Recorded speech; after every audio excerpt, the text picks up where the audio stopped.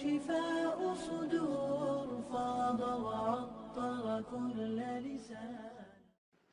نحمده ونصلي على رسوله الكريم اما بعد فاعوذ بالله من الشيطان الرجيم. بسم الله الرحمن الرحيم. رب اشرح لي صدري ويسر لي امري واحلل عقدة من لساني يفقهوا قولي. طب نبوی رسول اللہ صلی اللہ علیہ وآلہ وسلم کا طریقہ علاج، ان کا لائف سٹائل اور روزمرہ کے ان کے جو کام ہیں، ان کو رول ماڈل رکھتے ہوئے ان کی جو باتیں تھیں، ان کے جو کام تھے، انہوں نے جو چیزیں ریکمینڈ کی، ان سب کو اس طرح دیکھنا اور اس طرح اس کو فالو کرنا کہ وہ ہمیں نہ صرف یہ کہ فائدہ پہنچائیں، ہماری صحت اچھی ہو، بلکہ سنت پر عمل کرنے کا اجر بھی ملے. تو اس نیت کے ساتھ ہم انشاءاللہ آج آغاز کرتے ہیں. صرف دنیا کے فائدے کے لیے نہیں، بلکہ آخرت کے فائدے کو پریفرنس دیتے ہوئے دنیا کے فائدے کو بھی حاصل کرنا ہے. ربنا آتنا فی الدنیا حسنہ وفی الآخرۃ حسنہ وقنا عذاب النار. یا اللہ ہمیں دنیا کا فائدہ بھی دے، خیر اور بھلائی عطا فرما، اور آخرت کا بھی عطا فرما، اور آگ کے عذاب سے بچا. تو یہ جب قرآن ہم پڑھتے ہیں تب بھی ہمارے مد نظر یہی دعا ہونی چاہیے، اور جب ہم سنت کو فالو کرتے ہیں تو تب بھی ہمارے مد نظر یہی بات ہونی چاہیے. مومن جو ہے وہ رہتا اس دنیا میں ہے، مگر اس کی نظر جو ہے وہ آفاق میں گم ہوتی ہے. بقول علامہ اقبال کہ مومن ہے تو آفاق میں گم ہے. قرآن کا علم کس نے دیا؟ اللہ کے رسول صلی اللہ علیہ وآلہ وسلم نے. جس طرح انہوں نے قرآن کا علم ہم تک پہنچایا، اسی طرح صحت کا علم بھی ہم تک پہنچا ہے. جتنے بھی انبیاء آئے، آپ کے لیے عجیب بات ہوگی کہ جتنے بھی انبیاء اور رسول اللہ تعالیٰ نے اس دنیا میں بھیجے، انہوں نے لوگوں کو، انسانوں کو اللہ سے جوڑا، اللہ تعالیٰ کی شناسائی کرائی، اس کی پہچان کرائی، سیدھا راستہ بتایا، نیکیوں کی طرف بلایا، اور برے راستے کی بھی خبر دی کہ کون سے اچھے کام ہیں، حسنات کیا ہیں اور سیئات کیا ہیں. یہ ساری چیزیں بتائی ہر نبی نے اور ہر رسول نے. تو ساتھ ہی ساتھ انسان جب بیمار ہوتے تھے، نبی ان کا علاج بھی بتاتے تھے. ہر نبی کو صحت کا علم دیا گیا کہ انبیاء کی سنت ہے کہ انسان جب بیمار ہو تو وہ شفا کے بارے میں معلومات حاصل کر کے رکھے. اور اسپیشلی ماؤں کو بہت زیادہ ضرورت. ماں ہی بچے پالتی ہے، مرد تو بچے نہیں پیدا کرتے، عورت نے ہی کرنا ہے. اور جب ایک عورت بچہ پیدا کرتی ہے تو اس کی ساری ذمہ داری، زیادہ تر ذمہ داری ماں پر ہوتی ہے، کیونکہ مردوں کو طریقہ نہیں آتا. جو پیدا کرنے والی ہے وہ زیادہ اچھے طریقے سے بچے کی خبر رکھ سکتی ہے اور اس کو سنبھال سکتی ہے.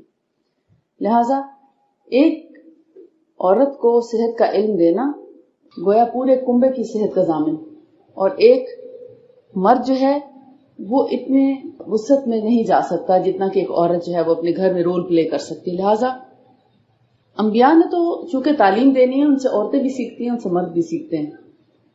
سب سے پہلی جو میڈیکل بک لکھی گئی وہ حضرت داؤد علیہ السلام نے لکھی، کیونکہ ان کے ساتھ ہر درخت، پودا، پہاڑ ان سے باتیں کرتے تھے، حتیٰ کہ ہوا بھی، کہ کس رخ کی ہوا چلے گی تو کیسا موسم ہوگا، اور پھر اس کے بعد کیا کیا تکالیف انسان کو پہنچ سکتی ہیں جو اپنی کیئر نہیں کریں گے.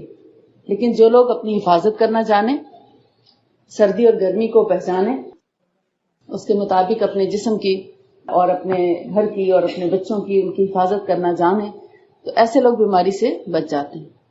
اب اگر ہر نبی نے یہ علم دیا ہے، اور اسپیشلی نبی صلی اللہ علیہ وآلہ وسلم کے ذریعے جو ہم کو علم ملا ہے، آج کے دور میں اس کو سیکھنا بہت ضروری ہے. اگر ہم اس کو نہیں سیکھیں گے تو پھر وہ بیماریاں جو پہلے دور میں نہیں تھیں، آج کے دور کی نئی نئی بیماریوں کے نام آپ سب جانتے ہیں. دنیا میں جتنے ہاسپٹلس اب قائم ہو چکے ہیں، اس سے پہلے اتنے ہاسپٹلس بھی کبھی نہ تھے. اور دنیا بیمار جتنی اب ہے، اس سے پہلے اتنی بیمار بھی کبھی نہ تھی. کبھی کبھی وبائیں آیا کرتی تھیں، لوگ وبا کی زد میں آتے تھے، ٹی بی ہے، پولیو ہے، یا جیسے پلیگ وغیرہ پھیلتا تھا کبھی، تو اس میں کافی علاقے جو ہیں وہ آ جایا کرتے تھے. تو وہ یہ ایک وبائی امراض جب پھیلتے تھے تو انسانوں کی ہلاکتیں ہو جایا کرتی تھی. ادروائز لوگوں میں چھوٹی موٹی بیماریاں آتی اور لوگ اس سے شفا پا جاتے. مگر آپ دیکھتے ہیں کہ اتنے ہاسپٹلز بننے کے باوجود، اتنی ویکسینیشن کے باوجود بھی وبائیں آج بھی آتی ہیں اور لوگ متاثر ہوتے ہیں. مگر جو بنیادی علم ہے صحت کا، وہ اگر ہم سب سیکھ لیں، اس کے لیے کوئی میڈیکل کی ڈگری لینا ضروری نہیں، کیونکہ میڈیکل کی ڈگری لینا اس وقت ضروری ہے جب کیمیکل بیسڈ میڈیسن آپ انسانوں کو دیتے ہیں. اس میں اس کے ایک ایک پوائنٹ کا خیال رکھنا ضروری ہوتا ہے، اس کے ٹائمنگز کا خیال رکھنا ضروری ہوتا ہے، اس کی ڈوز جو ہے وہ مقرر کی جاتی ہے، اس کے بار بار ٹیسٹ کیے جاتے ہیں کیونکہ کیمیکلز دیے جاتے ہیں. تو کیمیکلز جو ہیں وہ جہاں انسانوں کو فائدہ دیتے ہیں وہاں نقصان بھی پہنچاتے ہیں. لیکن جو چیز اور جو علاج نبی صلی اللہ علیہ وآلہ وسلم سے ہم تک پہنچا ہے، اس میں کسی قسم کا کوئی کیمیکل نہیں شامل کیا گیا. لہٰذا یہ نیچرل وے آف ٹریٹمنٹ ہے، اس کے لیے بہت بڑے کوئی ڈگریز لینے کی ضرورت نہیں، البتہ اس کا پراپر علم ہونا ضروری ہے.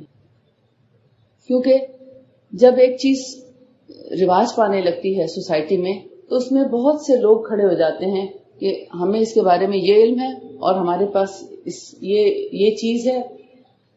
اصل بات یہ ہے کہ اگر تو نیچرل چیز، جس کا بھی میں آپ کو کچھ ٹریٹمنٹس بتاؤں گی، اس سے پہلے بتانا یہ ضروری ہے کہ اگر تو وہ چیز خالص ہے، پیور ہے، فریش ہے، اوریجنل ہے، تب تو وہ کام کرے گی. لیکن اگر وہ چیز ہی درست نہیں اور ہمیں پہچان نہیں، اور پھر جب ہمیں اس کے ریزلٹس نہیں ملیں گے تو ہم مایوس ہونے لگیں گے اور ہم سمجھیں گے شاید طب نبوی میں بیماریوں کا علاج ممکن نہیں ہے. تو اس لیے ناخالص چیز سے بہتر ہے آپ خالص کی تلاش کریں اور بہترین چیز لیں تاکہ آپ کو 1، 2 اور 3 ڈوزز میں ہی فرق پتہ چل جائے. کیونکہ الحمدللہ اپنے کلینکل پریکٹس میں دیکھتی ہوں کہ ٹانسلائٹس جتنے بھی شدید ہوں، کتنے ہی گلے ہوئے، بہت زیادہ زخم سے بھرے ہوئے بھی ہوں، پس پڑی بھی ہو، 3 ڈوزز میں ٹھیک ہوتے ہیں. طب نبوی اتنی پاورفل چیز ہے، اگر اس کو خالص اور معیاری دوا کے ساتھ علاج کیا جائے. طب نبوی بیسڈ ہے بہت سی طریقہ ہائے علاج پر. مثال کے طور پر اس کا ایک پہلو یہ ہے کہ آپ دعا، رقیہ، دم، وضو، نماز، روزہ، ان سے علاج کریں. نماز بہت سی بیماریوں سے ہمیں بچا لیتی ہے. اسی طرح روزہ ہمیں، اب رمضان آنے والا ہے، روزہ ہمیں بہت سی بیماریوں سے بچا لیتا ہے.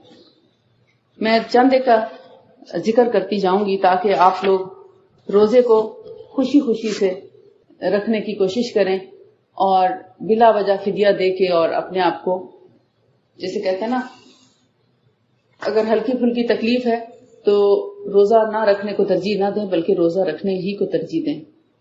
امام ابن القیم الجوزی امام ابن تیمیہ کے بہت اچھے شاگرد تھے، جنہوں نے بہت سی بہترین کتابیں لکھی اور دنیا کو بہت فیض پہنچایا.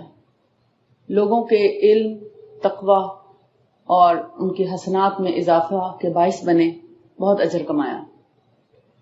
طب نبوی بھی انہوں نے لکھی ہے اور انہوں نے خاص طور پر جو کام کیا ہے وہ یہ، آپ کو طب نبوی پہ شاید بہت سی کتابیں مل جائیں مگر امام ابن القیم الجوزی کی کتاب لیں جب بھی آپ اس کو پڑھنا چاہیں، کیونکہ انہوں نے جو کام کیا ہے ضعیف احادیث کو الگ سے بیان کیا ہے اور جو اوتھینٹک جینون احادیث ہیں ان کو بھی ساتھ ساتھ مینشن کیا ہے حاشیہ میں، تاکہ کوئی اس غلط فہمی میں نہ مبتلا ہو جائے کہ جو چیزیں ضعیف احادیث جو مشہور ہو جاتی ہیں معاشرے میں، سوسائٹی میں، واٹس ایپ کے ذریعے یا اس طرح، تو اس کا بھی ازالہ انہوں نے کیا ہے.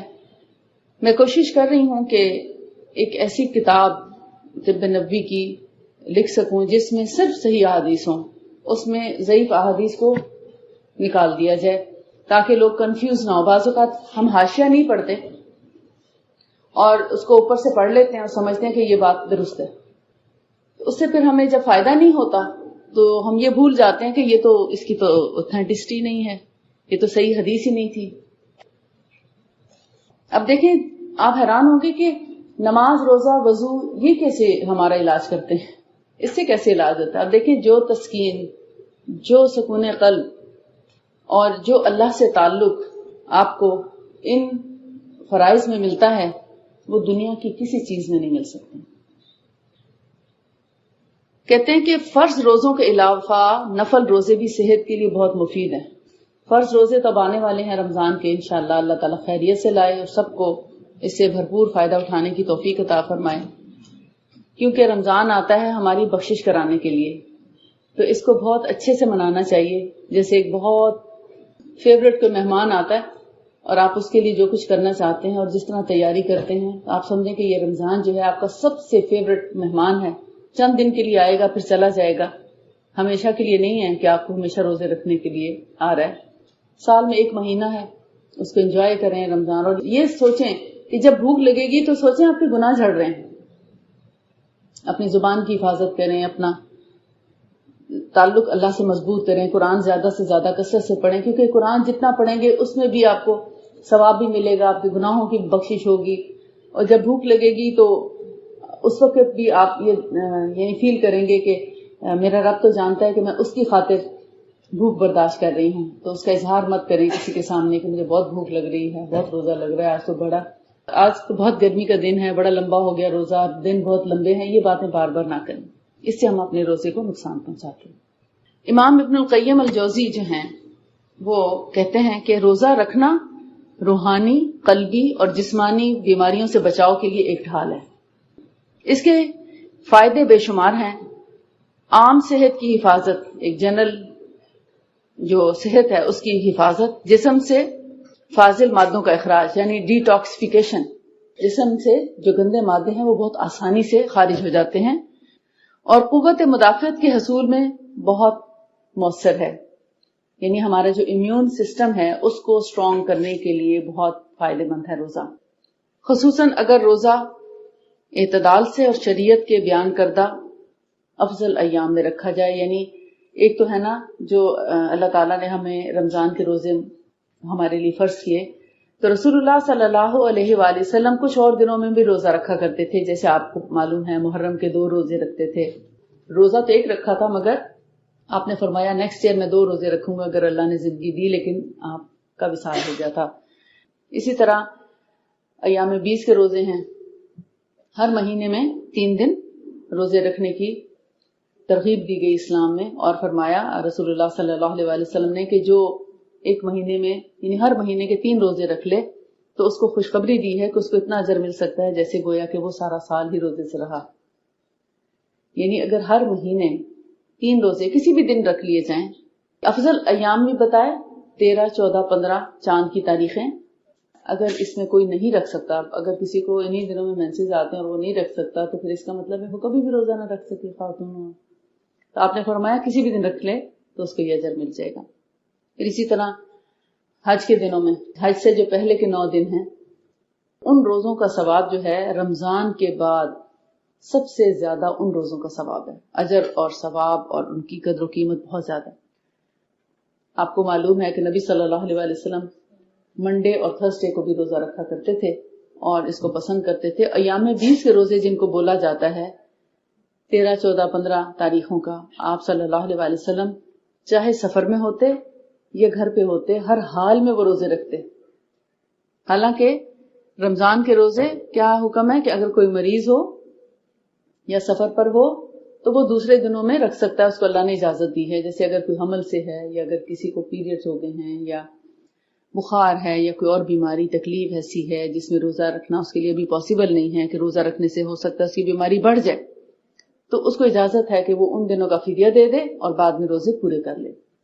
لیکن اگر رمضان کے اندر روزہ رکھ سکتا ہے تو ایک روزے کا اجر 10 گنا ہے، یعنی 10 روزوں کے برابر ہے رمضان کے دنوں کا، جبکہ باقی دنوں میں ایک دن کا ہی اجر ملتا ہے. ہاں رمضان کے بعد جو شوال آتا ہے اس کے جو 6 روزے ہیں آپ صلی اللہ علیہ وسلم نے فرمایا کہ جس نے پورے رمضان کے روزے رکھے ایمان اور احتساب کے ساتھ اور پھر شوال کے بھی 6 روزے رکھے تو ان سب کا اجر سال بھر کے روزوں کے برابر ہو جاتا ہے. شوال کے روزے بھی بڑے قیمتی روزے ہیں.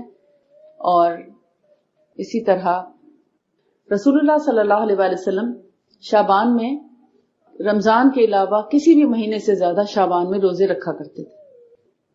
رسول اللہ صلی اللہ علیہ وآلہ وسلم اکثر روزہ رکھتے تھے.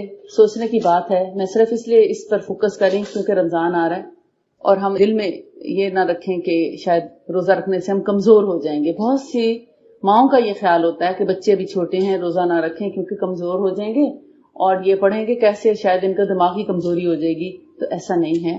رسول اللہ صلی اللہ علیہ وآلہ وسلم اتنے زیادہ روزہ رکھنے کے بعد اتنے جسمانی طور پر مضبوط تھے کہ ایک دفعہ وہاں کے ایک بہت بڑے پہلوان کے ساتھ آپ کا مقابلہ ہوا تو آپ صلی اللہ علیہ وآلہ وسلم نے اس کو پچھاڑ دیا. تو گویا رسول اللہ صلی اللہ علیہ وآلہ وسلم کے زمانے میں آپ کے مقابلے کا کوئی انسان نہ تھا. کوئی سوچ سکتا ہے کہ کبھی 2 سے 3 مہینے بھی روٹی نہیں ملتی تھی، نہیں کھاتے تھے، صرف کھجور اور پانی، 2 چیزوں پہ گزارا ہوتا تھا. اتنی کم خوراک. تو اس کا کیا مطلب ہے؟ کم کھانا صحت ہے، زیادہ کھانا صحت نہیں ہے. ہمارا کانسیپٹ آج یہ بن چکا ہے کہ ہم جتنا زیادہ کھانا کھائیں گے اتنے صحت مند رہیں گے، جبکہ پیٹ بھر کر کھانا انسان کو سست بنا دیتا ہے. اس کو نیند آنے لگتی ہے. اس کا پیٹ جب بھر جاتا ہے تو وہ سوچنے سمجھنے کے قابل نہیں رہتا، سستی ہونے لگتی ہے. جب تک بہت زیادہ دیر تک نہ سوئے وہ اٹھ کر کچھ کرنے کے قابل نہیں رہتا. اور جتنا کم کھانا کھائے گا اتنا سارا دن بھی کام کرے گا تو نہیں تھکے گا. تو رسول اللہ صلی اللہ علیہ وآلہ وسلم کم کھاتے اور کم سوتے تھے. ہم چونکہ زیادہ کھاتے ہیں اس لیے ہمیں سونے کی بھی زیادہ ضرورت پڑتی ہے. ایک بادشاہ تھا، اس نے نبی صلی اللہ علیہ وسلم کو ایک حکیم تحفے کے طور پر بھیجا تھا اور کہا کہ تم جاؤ اور رسول اللہ صلی اللہ علیہ وسلم اور صحابہ کرام کا تم علاج کیا کرنا جب وہ بیمار ہوں گے. وہ آ کے ان کے پاس رہا، دن گزارتا رات گزارتا، دیکھتا رہتا کوئی بیماری نہ ہوتا، کیونکہ ان کی خوراک اتنی کم تھی.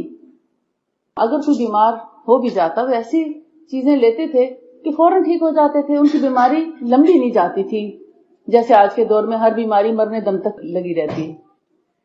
تو وہ کہتا ہے کہ جب 6 مہینے گزر گئے کوئی شخص بیمار نہیں ہوا تو ایک دن کہتا ہے یا رسول اللہ صلی اللہ علیہ وسلم آپ مجھے میرے ملک واپس بھیج دیں.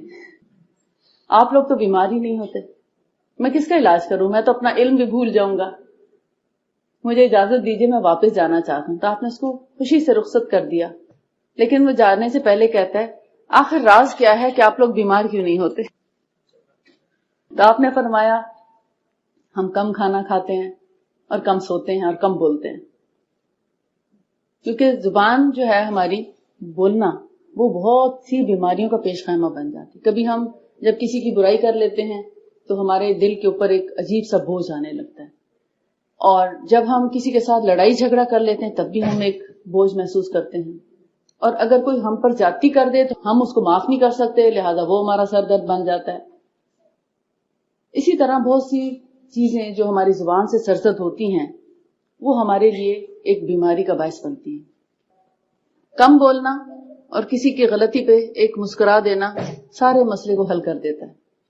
تو مسکراہٹ اور خاموشی بہت سے مسائل کا حل. آپ دوسرے کا دل مسکراہٹ سے جیت لیتے ہیں. کسی سے کوئی مسٹیک ہو جائے بجائے اس کو ڈانٹنے کے آپ ذرا ایک اسمائل پاس کریں، دیکھیں اس کو اپنی غلطی کا بھی احساس ہو جائے گا اور وہ اپنے آپ کو درست بھی کرنے کا کوشش کرے گا. امام ابن القیم کہتے ہیں نماز کے بارے میں، کہتے ہیں کہ نماز روزی میں اضافے کا باعث ہے. اور یہ حقیقت ہے کہ جو لوگ نماز کی پابندی رکھتے ہیں ان کے گھر رزق بھی پابندی سے آتا. اور خاص طور پر فجر کی نماز کو وقت پہ پڑھنا صحت کی حفاظت بھی کرتی ہے. کیسے؟ ہر دفعہ جب آپ نماز پڑھتے ہیں آپ وضو کرتے ہیں، اپنے آپ کو پاک صاف کرتے ہیں، اپنا منہ دھوتے ہیں. آپ سوچیں کہ اب ہم جیسے گیدرنگ میں بیٹھے ہیں تو کچھ صحت مند لوگ ہیں، کچھ مریض لوگ ہیں، ایک ہی فضا میں سانس لیتے رہتے ہیں. اب جب ہم گھر جاتے ہیں اور گھر جاتے ساتھ وضو کریں گے تو کیا ہوگا، جتنے بھی یہاں سے کوئی گندگی ہے، ڈسٹ ہے یا جراثیم ہے، کچھ سب آپ کے وضو کے ساتھ دھل جائیں گے. ہاتھ بھی دھلیں گے، منہ سے جیسے ہم باتیں کرتے ہیں منہ کھلتا ہے، منہ کے اندر جو بھی جراثیم وہ سب صاف ہو جائیں گے. ناک میں پانی ڈالیں گے تو ناک سے جو سانس لے کر ہم نے کوئی ایسا پولوشن ہمارے ناک میں اگر جمع ہوا تو وہ وضو کرتے وقت جب ہم ناک جھاڑتے ہیں تو اس سے وہ صفائی ہو جاتی ہے. چہرہ بھی دھل جاتا ہے. آپ کے بازو جو تھوڑے بہت اوپر نیچے ہوتے ہیں وہ بھی سارے وضو سے دھل جاتے ہیں. جو تھوڑے بہت بال بکھرے وہ مسا سے وہ بھی صحیح ہو جاتے ہیں. پاؤں دھو لیے یا مسا کر لیا، اس سے بھی آپ کی ساری صفائی روحانی اور جسمانی جو ہے وہ ایک طرح سے صفائی ہو جاتی ہے. تو 5 وقت اگر ہم وضو کریں اور پھر نماز پڑھیں تو کیسے ہو سکتا ہے کہ ہم بیماریوں کا شکار ہوں. تو یہ وضو جو ہے ایک طرح سے ہماری بلڈ سرکولیشن بھی ہوتی ہے.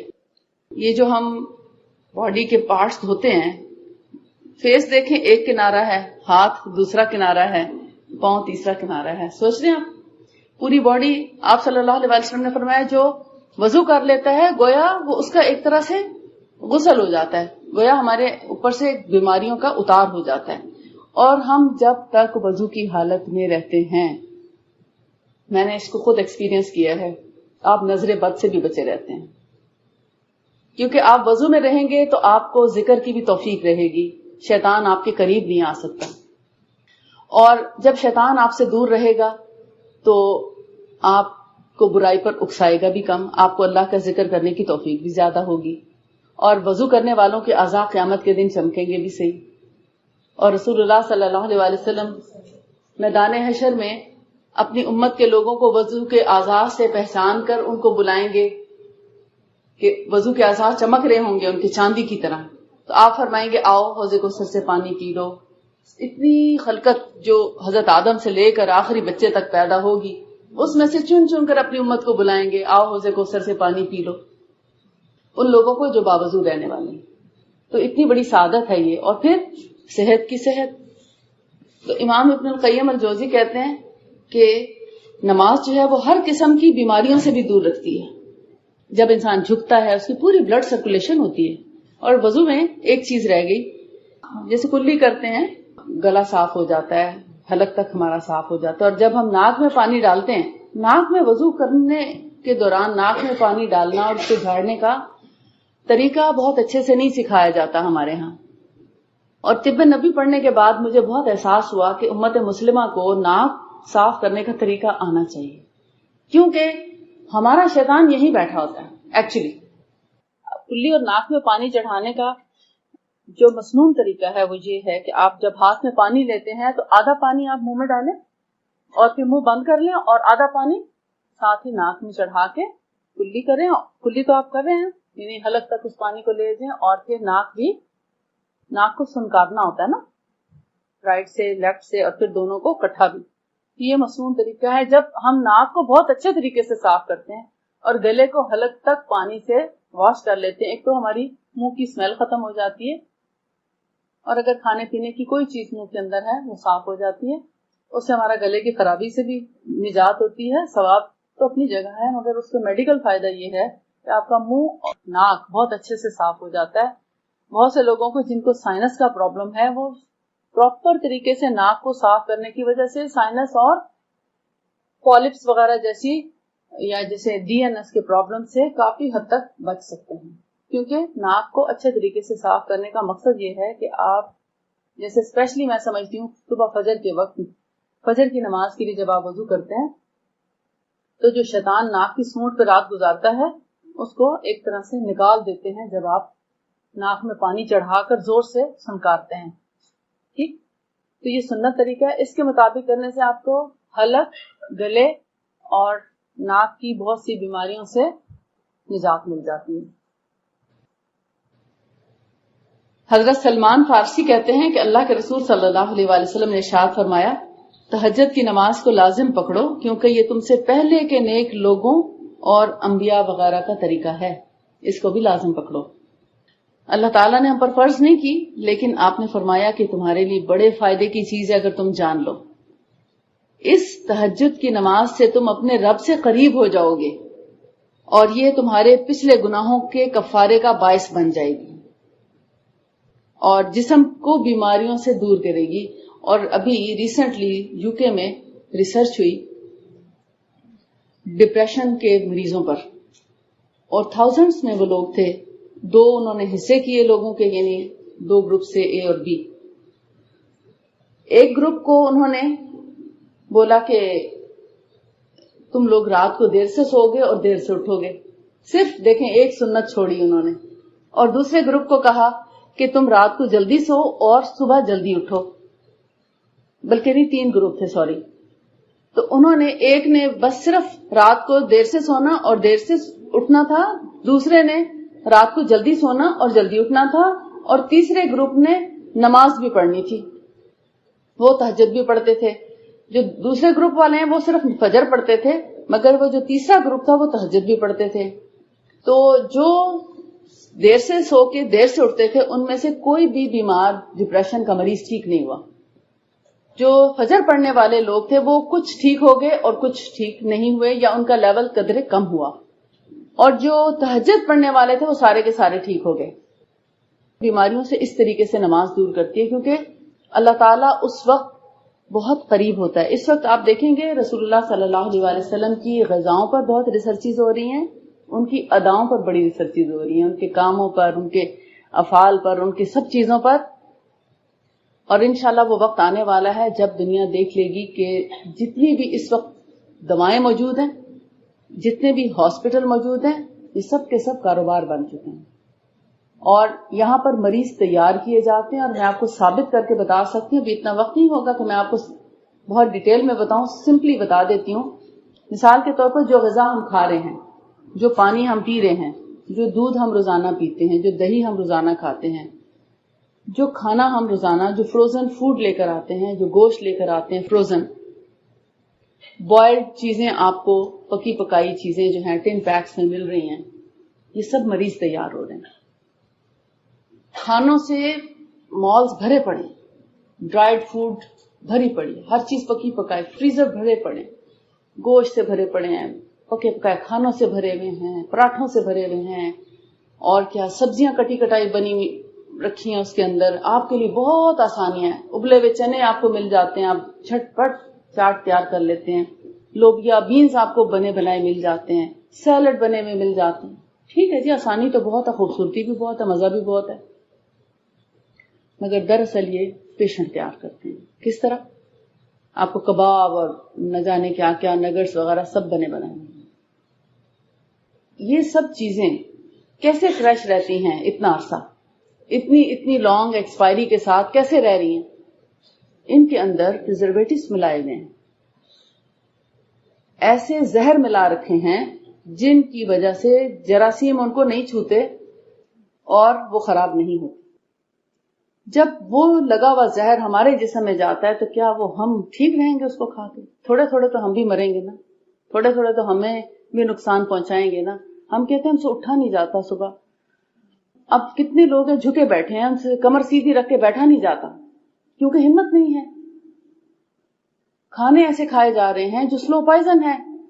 چینی کو دیکھیں، اتنی زیادہ کثرت سے ہم لوگ استعمال کرتے ہیں سویٹ ڈشز میں، حلووں میں، شربت میں، جوسز میں، مختلف سافٹ ڈرنکس میں، cake, pastries, chocolates, sweets, candies, کیا کچھ ہے، بھرمار ہے کھانوں کی، مگر یہ مریض تیار کر رہے ہیں. چینی کی ہمارے جسم کو قطعاً ضرورت نہیں. اللہ تعالیٰ نے میٹھے کے لیے بہترین پھل پیدا کر رکھے، کھجوریں ہیں، فروٹس ہیں، ہر طرح کے. کم میٹھے والے پسند ہے. اللہ نے ہر انسان کے پسند اور ذائقے کو دیکھتے ہوئے پھیکے بھی ہیں، کم میٹھے والے بھی ہیں، زیادہ میٹھے والے بھی، بہت زیادہ میٹھے پھل بھی ہیں. ان سے ہم اپنے میٹھے کی شوگر لیول کو بڑا اچھا مینٹین کر سکتے ہیں. دودھ میں لوگ سمجھتے ہیں چینی ڈالنا بہت ضروری ہے پیتے وقت. ایک کھجور لے کے آپ دودھ کا گلاس بڑے اچھے طریقے سے پیئیں، آپ کو زیادہ اچھی نیوٹریشن ملے گی، کوئی نقصان نہیں ہوگا. چینی بیسیکلی گلوکوز میں تبدیل ہو کر ہمارے جگر میں بیٹھ جاتی ہے. اب حرکت تو ہم کرتے نہیں.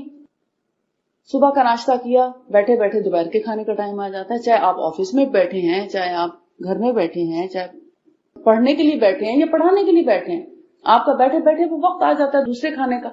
آپ نے کوئی جسمانی ایکٹیویٹی تو کی نہیں ہوتی، لہٰذا وہ ساری کی ساری جو گلوکوز آپ کے باڈی کے اندر ہے وہ اسی طرح پڑی رہ جاتی ہے. آپ اوپر سے پھر روٹی کھاتے ہیں، کھانا کھاتے ہیں، وہ پھر گلوکوز میں تبدیل ہو کر وہ روٹی بھی وہ سب ڈمپ ہو جاتی ہے ہمارے لیور میں. ایک وقت آتا ہے یا تو لیور فیٹی لیور کہلانے لگتا ہے، یا پھر وہ انلارجمنٹ آ جاتی ہے، یا اس میں سویلنگ آنے لگتی ہے، کئی قسم کی لیور ڈیزیزیں شروع ہو جاتی ہیں، اور نہیں تو ڈائبٹیز ہو جاتی ہے. اب ایسی چینی آ گئی ہے جس میں کینٹرل ہے یا ڈفرینٹ ٹائپس کی، جس سے ہمارے جسم کو جو ہے وہ نقصان پہنچتا ہے. الٹا زیادہ کیمیکل بیسڈ ہے وہ چیز. چینی کو تو ہمارا لیور پہچانتا ہے، اس کو اپنے اندر اسٹور کر لیتا ہے، اور جو کینٹرل وغیرہ ان کو پہچانتا ہی نہیں ہمارا جسم، وہ ڈائریکٹ بلڈ میں شامل ہو جاتی ہے اور وہ زیادہ نقصان پہنچاتی ہے. اور چینی سب سے بڑا سورس ہے کینسر کا. چینی اور چینی سے بنی ہوئی چیزیں، سویٹ ڈشز، آئس کریمیں، سب کچھ یہ جتنا میٹھا ہے سب کا سب کینسر تیار کر. اب جب ہم ایسی چیزیں کھائیں گے تو ہم تو یعنی بیمار ہوں گے نا. اور بلڈ پریشر کے جو مریض ہیں، شوگر کے مریض ہیں، اس کے علاوہ کولیسٹرول ہے، بھی الرجی کے پیشنٹ ہیں، ایک دوا جب ڈاکٹر لکھ کے دیتا ہے ساتھ میں یہ بھی خوشخبری دے دیتا ہے کہ آپ نے اب ہمیشہ ہی کھانی، چھوڑ نہیں سکتے. تو پیشنٹ تو تیار ہو گیا، ان کا بزنس سٹارٹ ہو گیا. بھائی علاج تو وہ ہے کہ آپ 3 مہینے یا 6 مہینے یا بہت ہو گیا تو میکسیمم 1 سال علاج کرائیں اور جان چھوڑیں دواؤں سے. یہ کیسا علاج ہے کہ آپ کو جب ایک گولی شروع کی جاتی ہے وہ ایک گولی نہیں رہتی، اس کے بعد 2 سے 3 ہو جاتی ہیں، مگر وہ اس کا خاتمہ نہیں ہوتا. یہ کیسا علاج ہے؟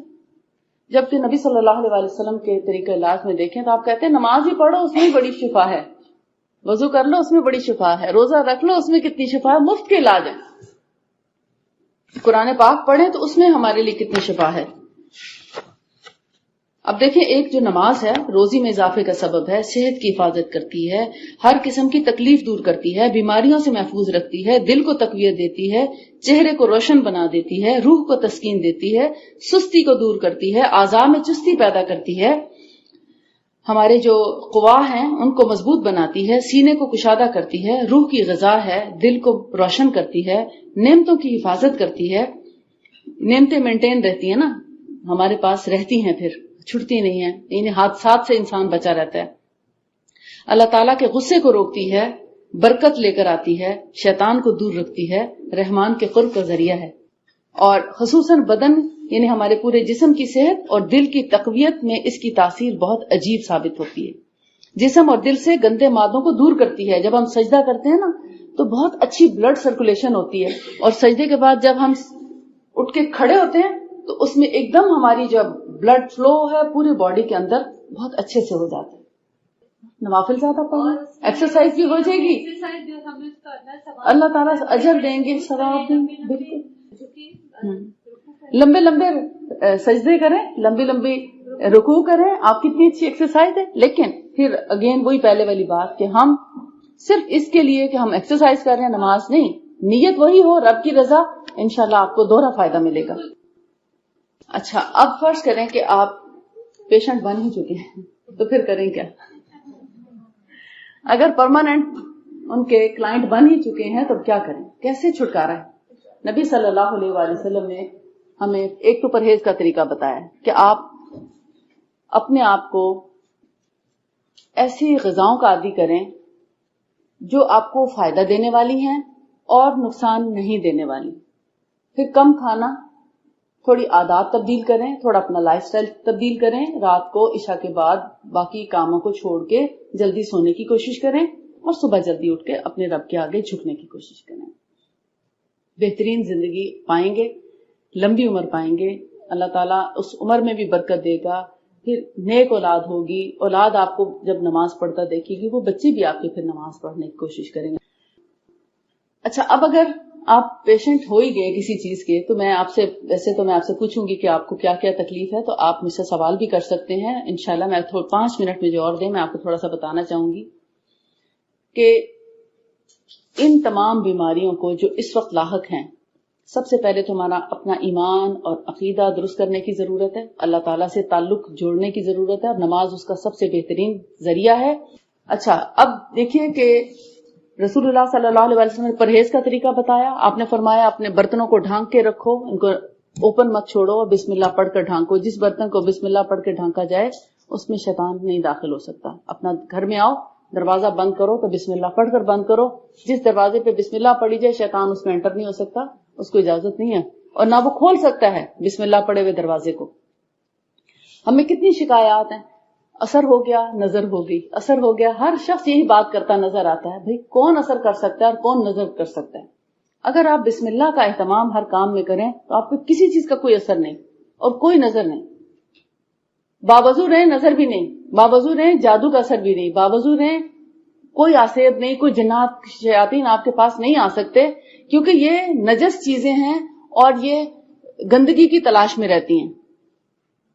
شیاطین ہمیشہ گندگی کی تلاش میں رہتے ہیں. جو لوگ صفائی کا اہتمام نہیں کرتے, بال بڑھ رہے ہیں, بدبو آ رہی ہے, اوپر سے پرفیوم لگا لیتے ہیں, اندر بدبو آ رہی ہوتی, تو جن لوگوں کی اندرونی گندگی ان کو محسوس ہوتی ہے ان کے پیچھے لگتے ہیں. ویسے تو ہم ڈرتے ہیں ان سے, مگر صفائی ستھرائی کا اہتمام نہیں کرتے.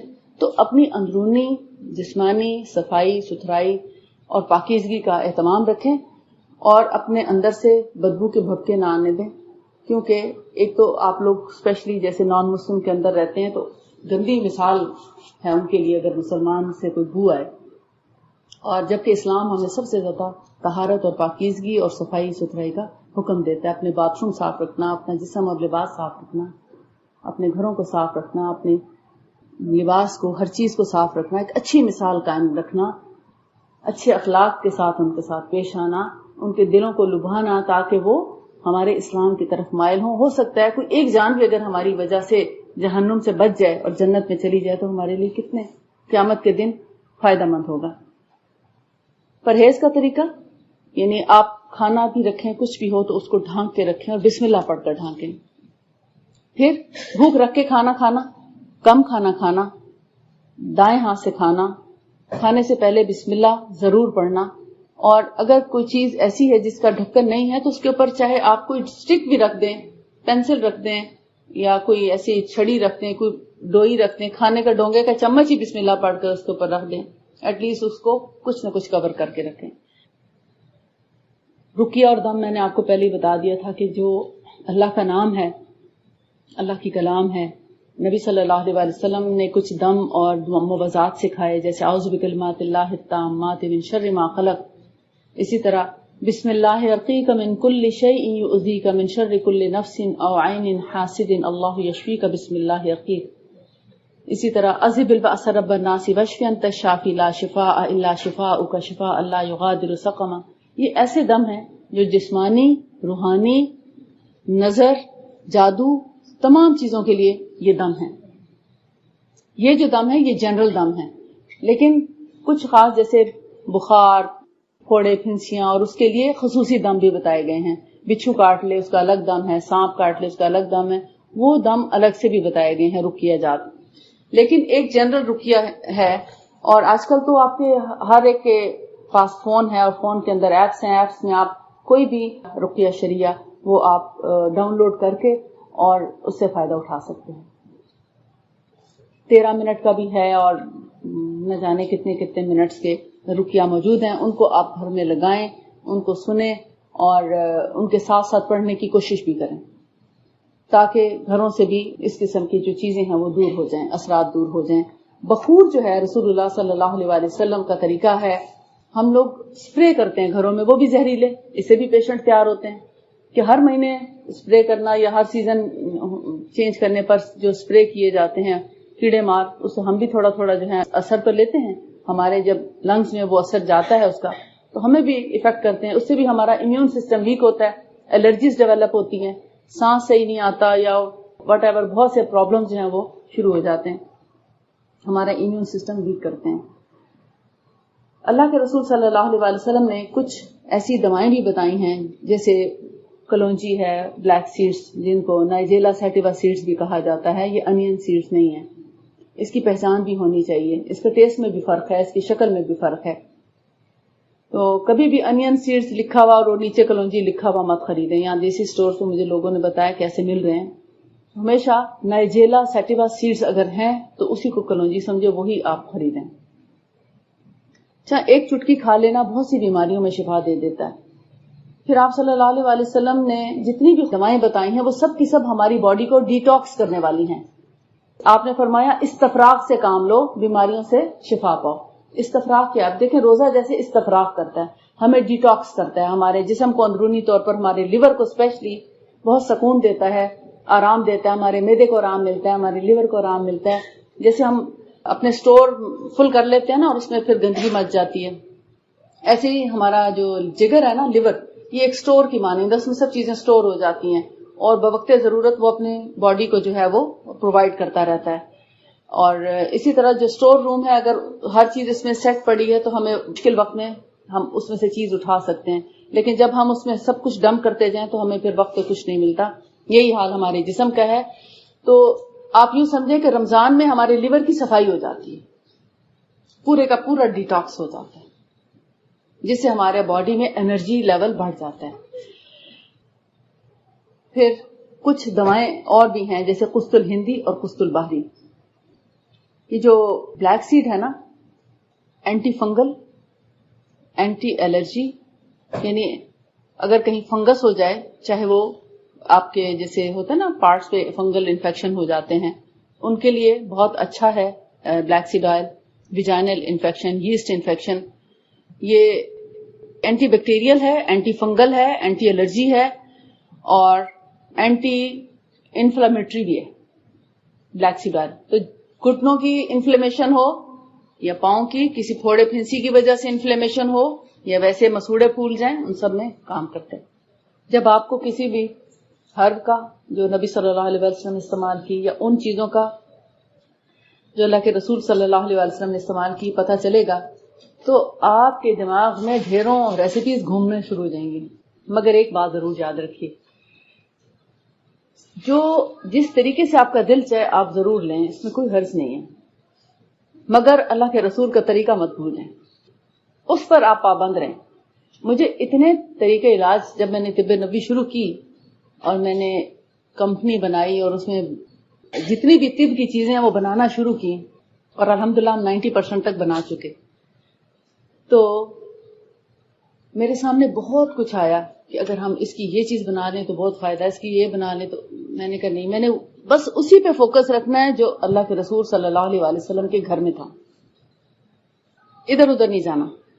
بہت ریئر کوئی ایسی تکلیف جس میں انسان بہت ہی پریشان تھے اور پھر مجھے ان نسخہ جات کا پتہ بھی تھا اور بہت سمپل سے تھے، تو میں نے سوچا چلیں کوئی، جیسے بلڈ پریشر ہے مثال کے طور، کچھ لوگوں کا بلڈ پریشر کہیں کنٹرول نہیں ہوتا اور دل یا گردے یا دماغ پہ اثر شروع ہو جاتا، تو پھر میں نے اس کی ایک میڈیسن تیار کر لی جس میں کچھ اور نیچرل ہربز ہیں، کوئی کیمیکل نہیں ہے کسی قسم کا. میری کوشش یہ ہے کہ اتنی پیور ہوں جیسے کہ نبی صلی اللہ علیہ وسلم کے دور میں ہوتی تھی. اپنی کوشش بھرپور ہے.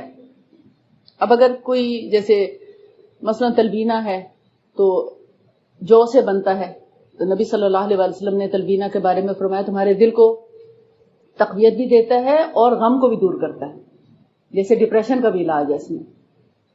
تلبینہ سے کولیسٹرول بھی ابھی ریسرچ ہوئی ہے اس پر کہ یہ کولیسٹرول کو بھی کم کرتا ہے، ہائی فائبر ہے، کانسٹیپیشن میں بھی فائدہ مند ہے، معدے کے اور آنتوں کے امراض میں بہت فائدہ مند ہے. اس کو لینے سے ہمارا میٹابولزم اچھا ہو جاتا ہے. جو لوگ اپنے وزن کو کنٹرول رکھنا چاہتے ہیں ان کے لیے بہت اچھا ہے کہ بہت اگر چاہیں تو بہت دیر تک کچھ نہ بھی کھائیں تو انرجی لیول مینٹین رکھتا ہے، آپ کی انرجی نہیں کم ہوتی، میٹابولزم کو اچھا کرتا ہے، ہائی کرتا ہے. تو ہماری پوری کوشش ہوتی ہے کہ ایسی را زمین سے اس کو لیا جائے جہاں نہ کبھی کھاد ہو اور نہ ہی کبھی سپرے ہو. مثال کے طور پر اسی طرح ونیگر ہے تو وہ 100% پیور ہو، نہ تو اس میں سٹرک ایسڈ ہو، نہ ایسیٹک ایسڈ ہو، نہ کوئی اور ایسی چیز ہو. بلیک سیڈ آئل ہے تو وہ بھی کوشش یہ ہوتی ہے کہ کلونجی ایسی جگہ سے ہو جہاں پر کھاد کا استعمال نہ ہو، سپرے کا استعمال نہ ہو.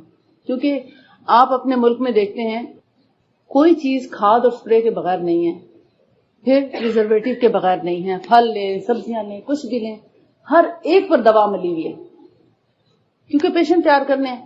اس کے بغیر پیشنٹس تیار نہیں ہو سکتے. ہاسپٹل کیسے چلیں گے اگر آپ بیمار نہیں ہوں گے؟ تو آپ بیمار ہوں گے تو ہاسپٹل چلیں گے نا، تو بیمار کیسے ہوں گے؟ یہ ایسی غذائیں کھائیں گے تو بیمار ہوں گے. اب ان سے بچا کیسے جائے؟ آپ کو تو میسر ہی نہیں. مجھے بہت ترس آتا ہے آپ لوگوں کو. آپ ایک ایسی جگہ پر رہ رہے ہیں جہاں آپ کو کچھ بھی خالص میسر نہیں.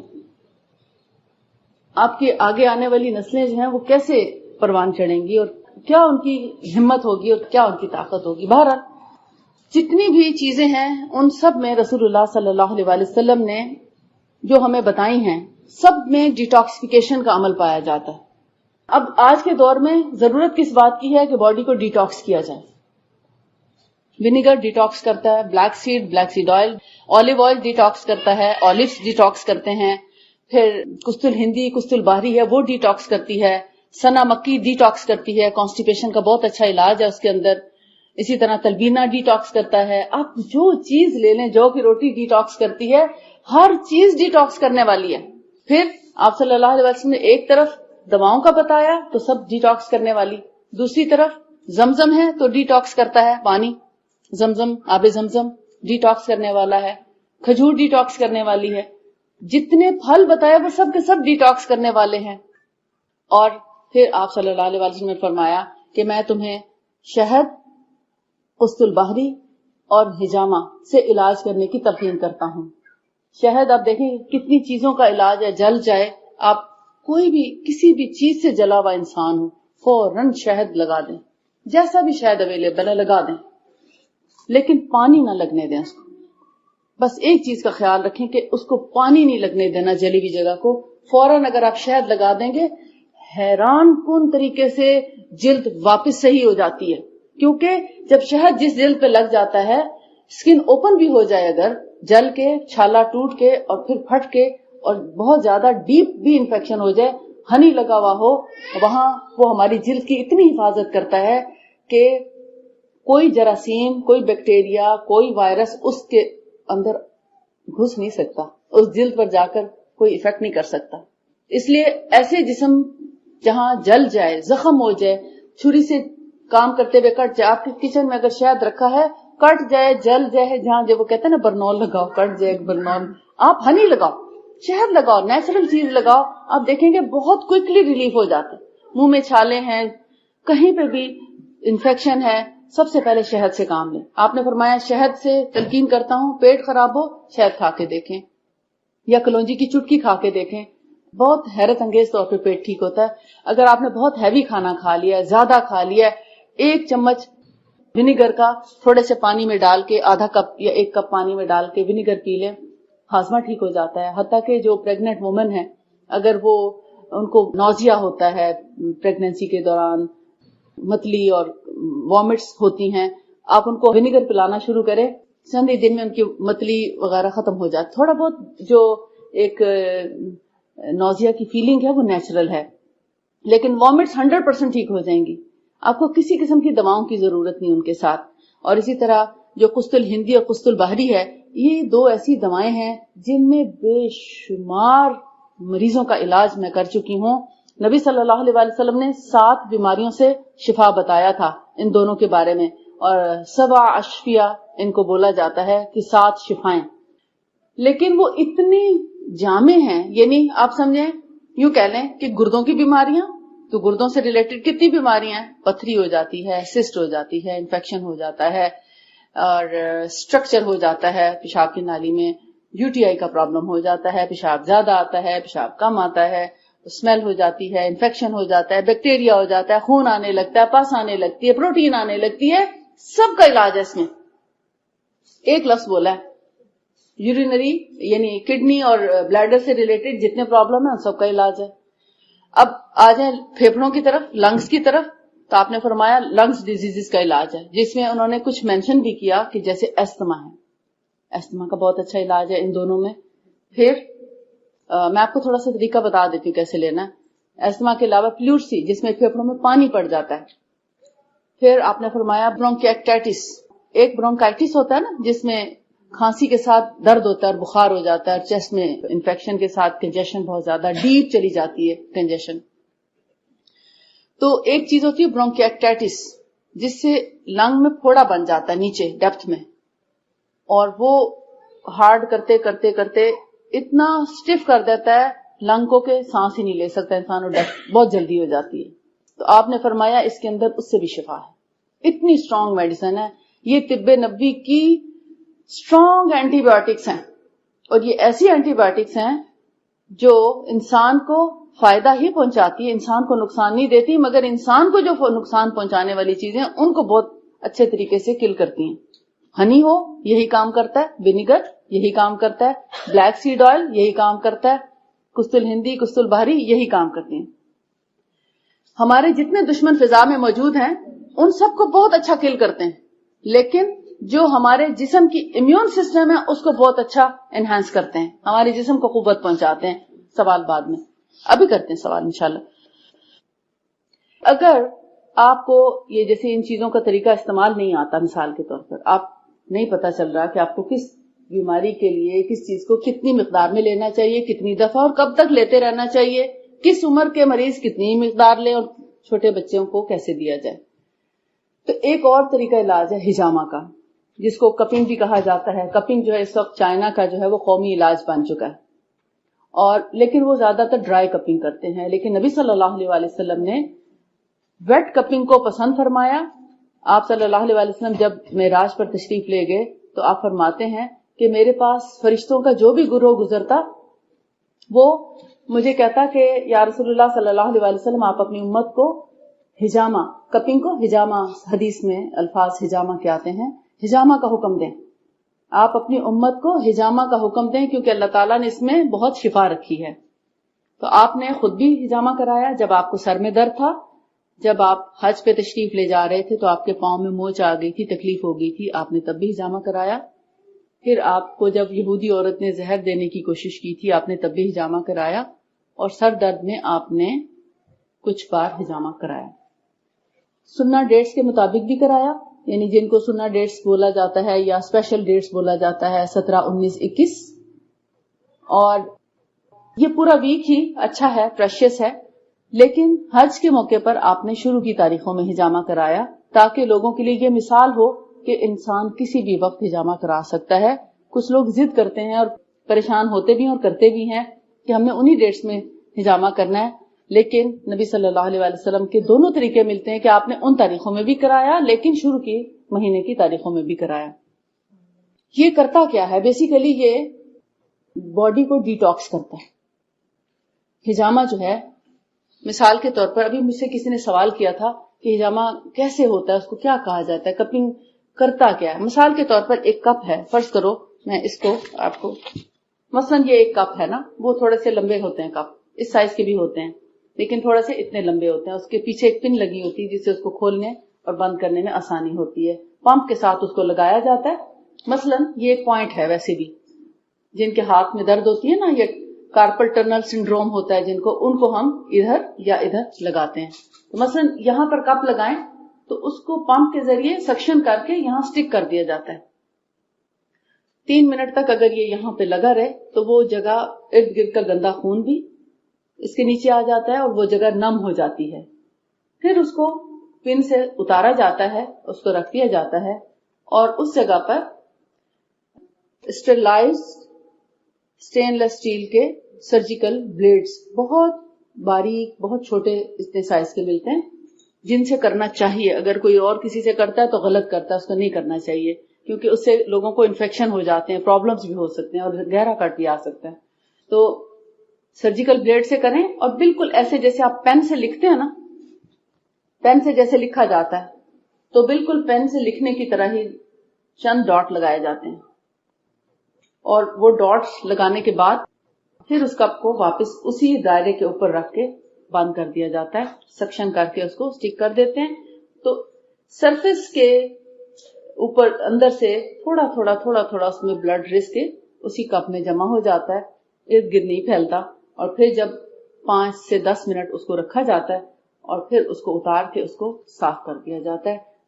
تو اس کا ایفیکٹ کیا ہوتا ہے, مثلاً جن لوگوں کو کارپل ٹنل سنڈروم ہے ان کو سنہ پوائنٹ سے شروع کر کے یہاں سے اور پھر یہاں بھی لگایا جاتا ہے, اور یہاں یا یہاں بھی لگایا جاتا ہے, اور یہاں پہ بھی لگایا جاتا ہے. یہاں دیکھیں 8 ہڈیاں ہیں ہمارے, 8 بونز ہیں. اب ان کے اندر کبھی کبھار ایسا ہوتا ہے جو لوگ ہاتھ سے بہت زیادہ زور سے کام کرتے ہیں نا, بہت زور سے کپڑے اسپن کیے یا کوئی وزنی جیسے کارپیٹ وغیرہ ہوئے کھینچ لیا، یا کھانے بہت زیادہ پکانے والوں کو بھی لوئی جیسے بہت بڑے ہانڈیاں زیادہ کھانے جو لوگ کوک وغیرہ ہوتے ہیں زیادہ بڑے مقدار میں پکاتے ہیں تو ان کو یہ تکلیف ہو جاتی ہے. یہ یہاں پر ایک رگ ہے جو یہاں دب جاتی ہے تو اس کو کھولا جاتا ہے اور بغیر آپریشن کے ٹھیک ہو جاتے ہیں. ارد گرد کا گندا خون صاف ہوا، جو یہ نالیاں ہیں خون کی ان سے جو بلاکیج ہوتی ہے وہ نکل جاتی ہے، ٹاکسنز ریموو ہو جاتے ہیں، بلڈ سرکولیشن فاسٹ ہو جاتی ہے، وہاں کچھ بھی باقی نہیں بچتا، بالکل ریلیز ہو جاتی ہے وہ جگہ.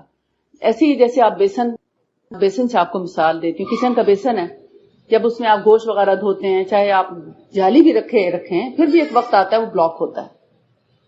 جب وہ بلاک ہو جاتا ہے تو کیا کرتے ہیں، اس میں چاہے ونیگر اور بورک پاؤڈر ڈال لیں یا کسی اور طریقے سے آپ تھوڑی دیر لگا کے رکھیں، پمپ کریں تو نالی کھل جاتی ہے. جب وہ بلاک ہوتی ہے نا، جس طرح آپ سمجھیں کہ جب آپ کو کسی ایریا میں تکلیف ہو رہی ہے نا، ایز اٹ از اس بیسن کی نالی کی طرح آپ سمجھیں آپ کا خون اب یہاں سے چل نہیں رہا، کچھ بلاکیج آ گئی ہے.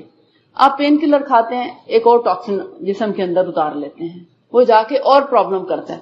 یعنی بظاہر تو وہ جگہ نم ہو جاتی ہے نا، وہ اور زیادہ سمجھیں ٹاکسن جمع ہونے کا پیش خیمہ ثابت ہوتی ہے پین کلر، کیونکہ وہ جگہ تو ریلیز تو نہیں ہوتا وہاں سے کچھ بھی. لیکن اگر آپ ہجامہ کراتے ہیں وہاں سے وہ گندا خون نکال لیتے ہیں تو سارا کچھ ریلیز ہو جاتا ہے اور آپ کی درد بھی دور ہو جاتی ہے.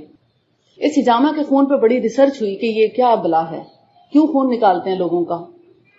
تو انہوں نے جب خون لے کر اس کو ریسرچ کیا تو پتا چلا کہ اس کے اندر صرف ٹاکسنز اور ٹوٹے پھوٹے ریڈ بلڈ سیلز ہیں اور سارا گندا خون ہے، کوئی صاف خون اس میں نہیں. کیونکہ آپ دیکھیں یہ جو ہماری وینز ہیں ان میں گندا خون چل رہا ہوتا ہے، ان وینز کو نہیں کاٹا جاتا نعوذ باللہ.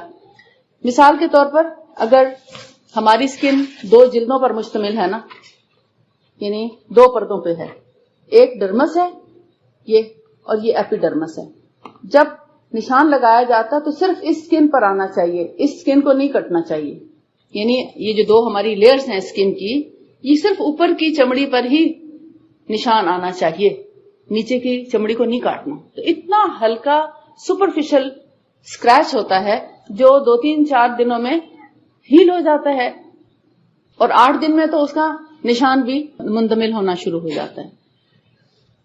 جب وہ کلاگ صاف ہو جاتا ہے تو بلڈ جو ہے وہ پراپر طریقے سے سرکولیٹ کرنا شروع ہو جاتا ہے. آپ صلی اللہ علیہ وسلم نے فرمایا تم جتنے بھی علاج کرتے ہو ان سب میں سے بہترین ہجامہ ہے، کیونکہ اس میں جسم میں کچھ ڈالا نہیں جاتا کہ آپ اینٹی بایوٹک ڈال رہے ہیں، آپ اینٹی الرجی ڈال رہے ہیں، آپ پین کلرز ڈال رہے ہیں اور اس سے آپ کے گردے بھی خراب ہو رہے ہیں، جگر بھی خراب ہو رہا ہے، دل کو بھی نقصان پہنچ رہا ہے، معدہ بھی خراب ہوتا ہے، پیٹ خراب ہو جاتا ہے، ہارٹ برن شروع ہو جاتا ہے، بھوک ماری جاتی ہے، آپ کی اپنی جو انرجی لیول ہے وہ کم ہو جاتا ہے.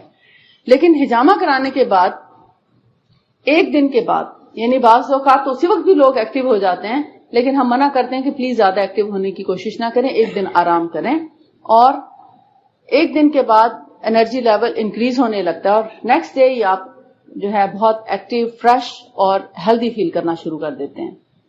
1 دن مثلا جب آپ ہجامہ کرا رہے ہیں تو آپ کو پتا ہو کہ ہجامہ سے پہلے کی بھی کچھ پریکاشنز ہیں اور ہجامہ کے بعد کی بھی. مثلا ہجامہ کرنے سے پہلے 3 گھنٹے کم از کم خالی پیٹ ہونا ضروری ہے، 3 آورز کی فاسٹنگ ضروری ہے.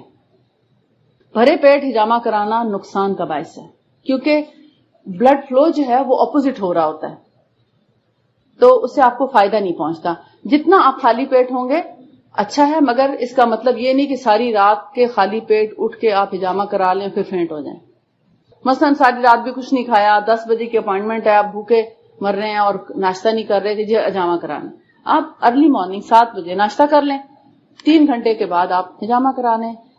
تو اس دوران میں آپ نے صرف کھانا بند کرنا ہے، بس صبح 7 بجے پراپر ناشتہ کریں، پھر کھانا بند کر دیں. پانی البتہ پیا جا سکتا ہے، جوس پیا جا سکتا ہے، شہد اور پانی بھی لیا جا سکتا ہے، لیکن بہتر ہے کہ کچھ نہ کھائیں، پانی تھوڑا بہت پی لیں، زیادہ پیٹ بھر کے پانی نہ پئیں. اور نہا دھو کے صاف ستھرے ہو کے ہجامہ کرانا چاہیے تاکہ کسی قسم کی گندگی جو ہے اس میں شامل نہ ہو. اگر جنات یا شیاطین کے کوئی اثرات وغیرہ جسم پر ہیں تو صفائی ستھرائی کی وجہ سے وہ بھی تھوڑا دور ہو جاتے ہیں. کوشش کریں کہ باوضو ہو کے ہجامہ کرائیں، لیکن اگر وضو نہ رہے تو کوئی بات نہیں، اچھا ہے، افضل ہے کہ آپ باوضو کرائیں. پھر ہجامہ کرانے کے بعد کیا کرنا چاہیے؟ ہجامہ کرنے کے بعد آپ 1 گھنٹے تک اگر کھانا نہ کھائیں تو دی بیسٹ ہے. پانی البتہ پئیں، بلکہ ہجامہ کے فوراً بعد اگر آپ شہد والا پانی پئیں تو بہت اچھا ہے. اس سے آپ کو فوری انرجی بھی ملتی ہے، آپ کا شوگر لیول مینٹین رہتا ہے، آپ کا بلڈ سرکولیشن اچھی ہو جاتی ہے. اور شہد والا پانی پی کر آپ کو 10 منٹ کی واک کرنی چاہیے. یعنی فوری طور پہ ہجامہ کرا کے مت بیٹھیں، 10 منٹ واک ضرور کریں. 10 سے 15 منٹ ہو جائیں تو بھی اچھا ہے. چاہے ٹانگ میں درد ہے، شیٹیکا ہے، کمر کا درد ہے، اسپنڈلوسس ہے، واٹ ایور کچھ بھی ہے، آپ ہلکی یا تیز جتنی بھی آپ واک کر سکتے ہیں، 10 منٹ کی واک ضروری ہے. اور پھر 1 گھنٹے کے بعد آپ کھانا کھا سکتے ہیں، یا 2 گھنٹے بعد بھی کھائیں تو کوئی حرج نہیں. کھانا کھائیں تو پروٹین اوائڈ کریں، صرف 1 دن. ہیوی کھانا نہ کھائیں، ثقیل قسم کا کھانا نہ کھائیں، گوشت والا نہ کھائیں، چکن، مٹن، فش، بیف، انڈا، یہ چیزیں اگر صرف 24 گھنٹے تک یعنی 1 دن اگر اوائڈ کر لیں تو آپ کو ہجامہ کے بہترین ایفیکٹس فیل ہوں گے. آپ کی دردیں دور ہوں گی، آپ کی تکالیف دور ہو جائیں گی، آپ کا جسم ہلکا پھلکا، آپ کی بلڈ سرکولیشن بہت اچھی ہو جائے گی. تو 24 گھنٹے گوشت وغیرہ نہیں کھانا، انڈا نہیں کھانا، اور زیادہ ایکزرشن نہیں کرنی. 3 باتیں ہیں: 1 دن نہائیں نہیں، 1 دن ایکزرشن نہ کریں، زیادہ سخت کام نہ کریں، شاپنگ کرنے نہ جائیں، کپڑے صفائی وغیرہ یا بھاری کام مت کریں، ہلکا پھلکا برتن دھو لیے، کھانا بنا لیں، کوئی حرج نہیں. لیکن مشقت کا کام نہ کریں تو اچھا ہے. اپنے آپ کو تھکائیں نہیں، بس ہلکا پھلکا کام کریں. جس جگہ آپ تھکیں تو آپ آرام کریں. 1 دن کا آرام اچھا ہے. اب یہ ہے کہ ان بیماریوں کے لیے آپ کو ذہن میں یہ سوال پیدا ہوگا، دیکھیں بہت سے لوگ جگہ جگہ ہجامہ کر رہے ہیں اور کہتے ہیں ہم نے فلاں ڈاکٹر سے سیکھا تھا، ہم نے فلاں ڈاکٹر سے سیکھا تھا اور ہم نے اب ہجامہ کرنا شروع کر دیا. ہجامہ جو ہے مذاق نہیں ہے، یہ اللہ کے رسول صلی اللہ علیہ وآلہ وسلم کا بتایا ہوا طریقہ علاج ہے. اور اس دور میں اگر ہجامہ کرتے تھے تو وہ ایک سینگ سے کئی لوگوں کا ہجامہ کر دیتے تھے، کیونکہ بلڈ اتنے انفیکشیس نہیں تھے جتنا کہ آج کے دور میں. آپ کو تو کھانے کے ذریعے سلو پوائزن دیا جا رہا ہے، ہر چیز آپ کی جو ہے وہ سلو پوائزن کے ساتھ آپ کے اندر. آپ کا بلڈ اتنا ڈرٹی ہو چکا ہے، آپ اتنے ویک ہو چکے ہیں کہ آپ کو چھوئی موئی ہو گئے. اب آپ ذرا سی چیز آپ کو جو ہے وہ بس شیک کر کے رکھ دیتی ہے. لہٰذا آپ کے لیے بہت احتیاط کی ضرورت ہے. اب ڈسپوزیبل کپس آ گئے ہیں، ڈسپوزیبل چیزیں ہیں، ہر چیز ڈسپوزیبل یوز کرنی پڑتی ہے کہ کسی کی بھی کوئی چیز دوسرے کو نہ لگے. کیونکہ جب ایک شخص یعنی اس کے کپس وغیرہ ایک شخص کو لگائے جاتے ہیں، اگر دوسرے کو لگا دیے جائیں تو وہ اس بیماری میں مبتلا ہونے کا اس کے چانسز زیادہ ہے، کیونکہ امیون سسٹم ویک ہے. پرابلم یہ ہے. موسٹلی لوگ سننا پوائنٹس کر رہے ہیں. سننا پوائنٹس کیا کہلاتے ہیں؟ ویسے تو 13 ہیں سننا پوائنٹس، لیکن چلیں اگر آپ جاننا چاہتے ہیں کہ ہجامہ ہے کیا، آپ 3 سے 5 یعنی آڈ نمبرز میں ہجامہ کرا لیں، منیمم 3، اور اگر آپ زیادہ کرانا چاہیں تو آپ کی مرضی ہے، لیکن 3 to 5 پوائنٹس جو ہیں وہ سننا پوائنٹس کہلاتے ہیں، یعنی جو مین ہوتے ہیں یا بیسکس جن کو کہنا چاہیے. ورنہ تو نبی صلی اللہ علیہ وسلم نے یہاں بھی ہجامہ کرایا. یہ جو سر کا ہجامہ ہے میموری کے لیے ہوتا ہے. میموری امپروو ہوتی ہے، جادو ٹونے نظر کے اثرات دور ہوتے ہیں، حافظہ اچھا ہوتا ہے، پھر پوری باڈی کی سرکولیشن ہوتی ہے. اس کے علاوہ آپ کو پیرالسس سے پریونشن ہے، یعنی فالج سے انسان بچا رہتا ہے، میجر ڈیزیز سے بچا رہتا ہے. ہجامہ اور کچھ بھی نہ کرے تو آپ کو کینسر، ٹی بی اور اس قسم کی جو انفیکشس ڈیزیز ہیں کم از کم اس سے پریونشن ہو جاتی ہے. بہت سے لوگوں کو ابھی میں جیسے ڈیلس میں تھی تو کچھ لوگ ایسے بھی آئے جن کو بہت زیادہ انفیکشس ڈیزیز بھی تھی، تو وہ چاہ رہے تھے کہ ہم اپنی باڈی کو ڈیٹاکس کرا لیں تاکہ ہمیں، کیونکہ ڈاکٹر کہہ رہے ہیں کہ اب آپ کو کینسر کے چانسز 90% تک ہو گئے ہیں. ابھی کینسر ہوا تو نہیں مگر چانسز اتنے زیادہ ہیں. تو یہ کینسر سے بھی پریونشن ہے اس کے اندر، کیونکہ ہم اپنے بلڈ کو کلین کرا لیتے ہیں نا، ڈیٹاکس کرا دیتے ہیں.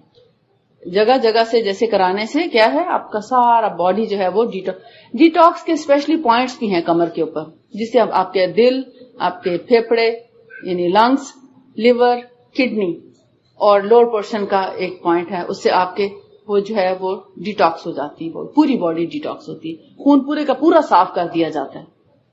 اس کے تقریباً 10 پوائنٹس ہیں. بلڈ پریشر کے لیے، شوگر کے لیے، آرتھرائٹس کے لیے، شیٹیکا کے لیے، اور ہیڈ ایک اور مائگرینس کے لیے، کانوں کی کئی تکالیف جیسے آوازیں آنا خشکی کی وجہ سے، اور کئی ایسی بودریشن، پھر یہ کارپل ٹنل سنڈروم ہے، فروزن شولڈر ہے، اور یہ جو شیٹک پین آتی ہے کمر سے لے کے لیگ میں نیچے. یہ جو شیٹکا ہے، اگر کسی نے اس کے بارے میں ہجامہ کرانا ہو تو پہلے بتانا ضروری ہے، کیونکہ یہ کافی ٹائم ٹیکنگ چیز ہے، اور اس میں 4 قسم کی کپنگ ہوتی ہے، یعنی 4 قسم کا ہجامہ ہے. اس میں ڈرائی کپنگ ہے، فلیش کپنگ ہے، مساج کپنگ ہے، ویٹ کپنگ ہے. چاروں ہی استعمال کرنی پڑتی ہے. سم ٹائمز جہاں نرو کمپریشن ہے، آپ کی ریڑھ کی ہڈی میں اسپونڈلوسس ہے یا نرو کمپریشن ہے، اور نرو جو ہے آپ کی پنچ کرتی ہے اور اس کی وجہ سے آپ کی پین جو ہے وہ ریٹین کرتی ہے، تو ایسے میں پہلے سے بتانا ضروری ہوتا ہے، کیونکہ اس میں ٹائم زیادہ لگتا ہے. 1 گھنٹے سے زیادہ، 2 سے 3 گھنٹے بھی بعض اوقات لگتے ہیں، کیونکہ اس میں جو مساج کپنگ ہے اس کی وجہ سے، اور فلیش کپنگ ٹائم ٹیکنگ ہے، اور اس کے یعنی اچھی خاصی یہ محنت کا کام ہو جاتا ہے. ادروائز جو عام نارمل ہجامہ ہے، مثلا باڈی کے اندر آپ کہیں پہ بھی نارمل ہجامہ کرا رہے ہیں تو وہ اتنا پرابلم والا کام نہیں ہے. لیکن اگر آپ نے سروے ہجامہ کرانا ہے تو وہ ایک سر کا ہجامہ 3-4 ہجامہ کے برابر ہے. وہ کافی مشکل ہوتا ہے سر کا ہجامہ کرنا، کیونکہ اکثر جن کے اوپر جنات وغیرہ کا یا جادو کا اثر ہو تو وہ سم ٹائمز سامنے آ جاتا ہے، تو اس کو بھی فیس کرنا پڑتا ہے، اس کو بھی یعنی کام ڈاؤن کرنا پڑتا ہے، اور بعض اوقات ان سے گفت و شنید بھی ہوتی ہے، اور بعض اوقات ان کو اس کو باقاعدہ طور پر اس سے وہ ختم ہو جاتے ہیں، جسم سے صاف کر دیے جاتے ہیں. تو یہ جی میں نے کیا، بہت دفعہ ایکسپیرینس کیا، جیسے میرے اپنے کلینک پہ بھی، اور جب ہم الہدا میں کرتے تھے تو بائی چانس وہ میرا سب سے پہلا دن تھا جب میں نے الہدا میں کیا، تو فرسٹ ڈے تھا میرا. تو جب وہ سیکنڈ پیشنٹ تھا لیکن فرسٹ ڈے تھا، وہ کیا تو اس نے لڑنا شروع کر دیا آگے سے، کہ مطلب باقاعدہ طور پر بولتے ہیں یہ کیا ہو رہا ہے، چھوڑو مجھے، چھوڑ دو مجھے، میں ایسے کر دوں گا، میں ویسے کر دوں گا. یعنی جن حاضر ہو گیا اس کا، اور پھر وہ عورت جو ہے وہ بے ہوش ہو گئی. خیر ہم نے اس کا طریقہ یہ ہوتا ہے کہ فوری طور پر کپس اتارے جائیں، اس کو وائپ کر کے اس کو لٹا دیا جائے، لیگز اوپر کر دی جائیں اور سر نیچے کی طرف کر دیا جائے، اور اس پر رقیہ پڑھ کر دم کیا جائے. یہ جو چھوٹے چھوٹے بیٹھے نا ہجامہ کرنے کے لیے، تو بعض اوقات اگر جن حاضر ہو جائے اور کوئی فینٹ ہو جائے تو پھر آپ کو جو ہے کافی کچھ چیزیں یہاں پر فیس کرنا پڑ سکتی ہیں. تو لہٰذا ان چیزوں کو کنٹرول کرنے آنے کا بھی پہلے فن سیکھ لیں تو پھر ہجامہ کریں. تو آپ کے لیے میں یہ مفید مشورہ دے کے جا رہی ہوں کہ یہ معمولی بات نہیں ہوتی، کیونکہ یہ اسپرچل بھی ہے، یعنی اس کا تعلق جو ہے نا ان اوپر کی چیزوں کے ساتھ بھی ہے. یہ صرف جسمانی بیماریوں سے نجات نہیں دیتا، جادو، نظر وغیرہ سے بھی اس سے نجات مل جاتی ہے. جنات بھی نکل جاتے ہیں اس کے ذریعے، اور باقاعدہ ان کے بلڈ کے اندر خاص وہ ایک شکل نظر آتی ہے کہ بلڈ جو ہے وہ نیچے نہیں رہتا. مثلا اگر کپ لگا ہو تو بلڈ ایسے ہونا چاہیے نا، ایسے، یعنی نیچے بلڈ آتا ہے. لیکن جن کے اوپر اثرات ہوتے ہیں ان کا بلڈ یہاں آتا ہے، نیچے نہیں آتا، کپ کے اوپر جاتا ہے ایسے. تو وہ جب جن اٹھتا ہے تو وہ ظاہر ہے کہ اس کا جو فیوم باقاعدہ فوم بن جاتا ہے. خون جو ہے وہ فوم کی شکل میں، جیسے جھاگ ہوتا ہے نا سرف کا، اس شکل میں آ کے وہ ایسے سٹک ہوتا ہے اوپر کی طرف، یعنی وہ نیچے آنے کے بجائے وہ ایسے اوپر آ جاتا ہے. تو یہ ایک بہت بڑی نشانی ہوتی ہے. تو پھر ہم ذرا کانشیس ہو جاتے ہیں ایسے لوگوں سے. اور باقاعدہ میرے پاس بلکہ ویڈیو بھی ہے 1-2 لوگوں کی جو میں نے صرف کپ کو فوکس کیا ہوا اور کسی چیز کو نہیں. باقاعدہ وہ ابل رہا ہے خون، یعنی اس کے اندر جیسے ہانڈی ابلتی ہے اور اس کے اندر ببلز بنتے ہیں، باقاعدہ ابلتا ہوا خون نظر آ رہا ہے. تو وہ صرف اس لیے کہ اگر ہوتا ہے نا بعض لوگ یقین نہیں کرتے کہ ایسے کیسا ہو سکتا ہے کہ اس سے جنات ہوں اور اس طرح، تو ان کے لیے ہم نے ایک ثبوت کے طور پہ رکھا ہے کہ اگر وہ دیکھنا چاہیں تو ہم ان کو دکھا سکتے ہیں. تو جنات اور جادو دیکھیں، آپ ان سے گھبرائیں مت، یہ کچھ نہیں کر سکتے. جن جو ہے چاہے وہ اس کی عمر 200 سال بھی ہے نا، بوڑھا بھی ہے، تو اس کی عقل جو ہے نا وہ 10 سالہ بچے سے زیادہ نہیں ہے. تو اس لیے ان سے گھبرائیں مت. کچھ لوگ جیسے عرب میں بھی ایسے کرتے تھے کہ جب نیا گھر بناتے تھے تو اپنے گھر کے باہر بکرے ذبح کرتے تھے. تو نبی صلی اللہ علیہ وسلم نے اس چیز سے لوگوں کو منع کیا. ان کے ذہن میں یہ ہوتا تھا کہ اگر اس گھر میں کوئی جنات بسیرا کرتے ہیں تو وہ نکل جائیں. ان کو ہم کر رہے ہیں کہ بھی کسی طرح آپ یہی کھانا کھائیں اور ہمارے گھر سے رخصت ہوں. وہ سمجھتے تھے کہ وہ سارے نکل آئیں گے اور وہ گوشت کھانے لگ جائیں گے, گھر ہمارا صاف ہو جائے گا, جب ختم ہوگا تو ہم اندر چلے جائیں گے. تو لہٰذا ایکچولی اس کے پیچھے کانسیپٹ یہ تھا, ہوتا یہ ہے کہ اگر کسی ویرانے گھر میں یا ویرانی جگہوں پہ یہ جنات بسیرا کرتے ہیں, جو گھر بہت عرصے تک خالی پڑا رہا ہو وہاں آ سکتے ہیں رہنے کے لیے. تو جب یہ کسی گھر میں رہتے ہیں تو جس طرح ہمارے بال بچے ہوتے ہیں تو ان کے بھی ہوتے ہیں, اور جب کسی گھر میں رہ رہے ہوتے تو کہیں ان کا بچہ ہوتا ہے, کہیں ان کا بوڑھا ہوتا ہے, کہیں ان کا جوان ہوتا ہے. ہمیں تو نہیں پتا کون کہاں سو رہا ہے, کون کہاں بیٹھا ہے, تو ہم تو ایسے ہی چل رہے ہیں. وہ کہتے ہیں تم نے میرے بچے کے اوپر لات کیوں رکھی تھی. مثلا جب کبھی وہ آ جاتے ہیں نا, حاضر ہوتے ہیں, تو وہ کہتے ہیں یہ میرے بچے کے اوپر سے گزر گئی تھی, اس نے میرے فلانے چیز کو ایسے کر دیا تھا, لہٰذا میں اس کو اب نہیں چھوڑوں گا, میں اس سے بدلہ لوں گا. تو کسی بھی گھر میں جانے سے پہلے آپ صلی اللہ علیہ وسلم نے فرمایا ان کو نظر نیاز مت دو, اس سے تو اللہ تعالیٰ ناراض ہوگا, اور یہ شرک ہے. یعنی جنوں کے لیے بکرے ذبح کرنا اور ان سے ڈرنا, اس طرح کر کے تم ان کا غرور نہ بڑھاؤ. یہ الفاظ آتے ہیں حدیث میں کہ تم اس طرح بکرے ذبح کر کے ان کی خاطر تو ان کا غرور مت بڑھاؤ, بلکہ تم نیا گھر ہو تو اس میں سورہ بقرہ پڑھو. جب سورہ بقرہ پڑھو گے تو جنات خود ہی چلے جائیں گے. اور اللہ کا کلام اتنا پاورفل کلام ہے کہ اس کے آگے کسی جادوگر کا کلام کوئی حیثیت ہی نہیں رکھتا. جادو کیا ہوتا ہے, یہ جنات کا تو آپ کو پتا چل گیا. ہر انسان کے ساتھ ایک شیطان پیدا ہوتا ہے اور وہ اس کو ساری زندگی اس سے دشمنی کرتا ہے. ہمیشہ نماز سے روکے گا, قرآن سے روکے گا, صفائی ستھرائی پاکیزگی سے روکے گا, سچ بولنے سے روکے گا, صدقہ کرنے سے روکے گا, روزہ رکھنے سے روکے گا. ہر کام میں وہ اپنا حصہ لینے کی کوشش کرتا ہے. لیکن جو اللہ والے ہیں وہ کبھی اس پر دھیان نہیں رکھتے, اور اسپیشلی جو بسم اللہ کا اہتمام کرنے والے ہیں, صبح شام کے اذکار کرنے والے ہیں, قرآن زیادہ پڑھنے والے ہیں, ایسے لوگوں پر اس کا بس نہیں چلتا, وہ اللہ کی پروٹیکشن میں رہتے ہیں. تو یہ تو جنوں کی بات ہوگی.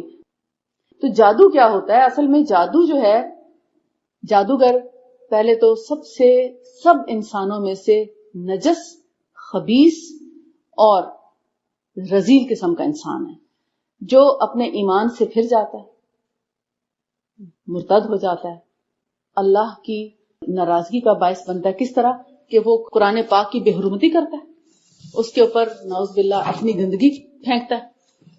وہ ایک دائرہ کھینچ لیتے ہیں 40 دن کے لیے نا, اسی میں انہوں نے گندگی کرنی ہے, وہیں پیشاب, وہیں پخانا, وہیں رہنا, وہیں سب کچھ, اور خوب گندگی میں 40 دن کے اندر لتھڑ جاتے, جس سے شیطان خوش ہوتا ہے.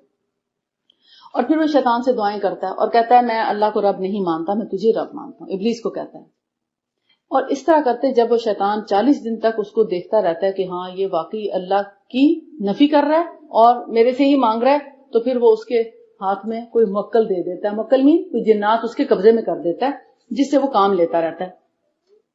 تو کائنات سے اڑتے ہوئے جنوں کو وہ سامری کے جیسے منتر ہوتے ہیں نا, تو سامری کے منتر پڑھ کر وہ بوتل میں بند کر لیتے ہیں, اور پھر ایسے بند کیے ہوئے جن ایسے لوگوں کو جو جادوگر بن رہے ہوتے ہیں, ٹریننگ لے رہے ہوتے ہیں, جب وہ بن جاتے ہیں تو تحفے کے طور پر وہ جن ان کو دے دیتے ہیں اور ان کو پھر وہ اپنے قبضے میں کر لیتا ہے. وہ ان کے ایک طرح سے ملازم بن جاتے ہیں, اور جہاں بھی کسی کی خبر لینی ہو وہاں جو لوگ قمیضیں کہتے ہیں نا, وہ قمیض لے کر آؤ ہم تم کو بتائیں گے تمہارے گھر میں چوری کس نے کی, قمیض لے کر آؤ ہم تمہیں بتاتے ہیں تمہارے اوپر جادو کس نے کیا.